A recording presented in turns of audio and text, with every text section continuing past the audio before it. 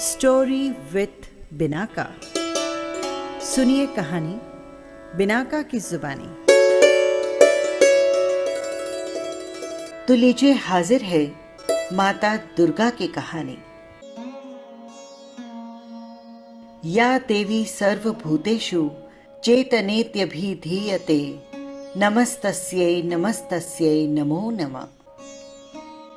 कैलाश पर्वत के ध्यानी की अर्धांगिनी मां सती ही दूसरे जन्म में पार्वती के रूप में विख्या हुई।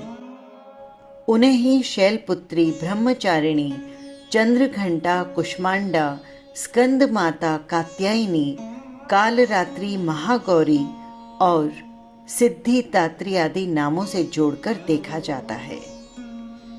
इन्हें दुर्गा, जगदम्बा, अम्बे, शेरावाली इन नामों से भी जाना जाता है। माता की कथा कुछ इस प्रकार है। आदि सतयुग के राजा दक्ष की पुत्री सती माता को शक्ति भी कहा जाता है। शिव के कारण आपका नाम शक्ति हो गया। हालांकि उनका असली नाम था दाक्षायणी। यज्ञ कुंड में कूदकर आत्मदाह करने के कारण आपको सती भी कहा जाने लगा। बाद में उन्होंने पार्वती के रूप में जन्म लिया। पार्वती का नाम इसलिए पड़ा कि वो पर्वतराज अर्थात पर्वतों के राजा की पुत्री थी, एक राजकुमारी थी। पिता की अनिच्छा होने पर भी उन्होंने हिमालय के इलाके में रहने वाले एक योगी शिव से विवाह कर लिया। एक यज्ञ में जब दक्ष ने सती और शिव को न्योता नहीं दिया, तो भी माता सती शिव के मना करने के बावजूद अपने पिता के यज्ञ में पहुंच गई। लेकिन दक्ष ने शिव के विषय में सती के सामने अपमानजनक बातें कही। सती ये सब बर्दाश्त नहीं कर सकी और वहीं यज्ञ कुंड में कूदकर उन्होंने अपने प्राण त्याग दिए। ये खबर सुनते ही शिव ने अपने सेनापति वीरभद्र को भेजा, जिसने दक्ष का सिर काट दिया। इसके बाद दुखी होकर सती के शरीर को अपने सिर पर धारण कर शिव क्रोधित हो धरती पर घूमते रहे।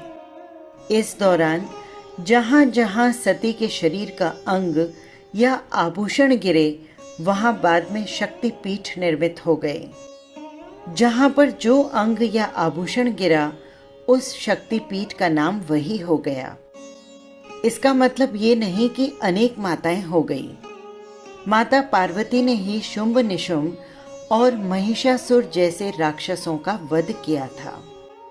माता के एक हाथ में तलवार और दूसरे हाथ में कमल का फूल है। पीतांबर वस्त्र, सिर पर मुकुट, मस्तक पर श्वेत रंग का अर्धचंद्र तिलक और गले में मोतियों की माला सुशोभित रहती है।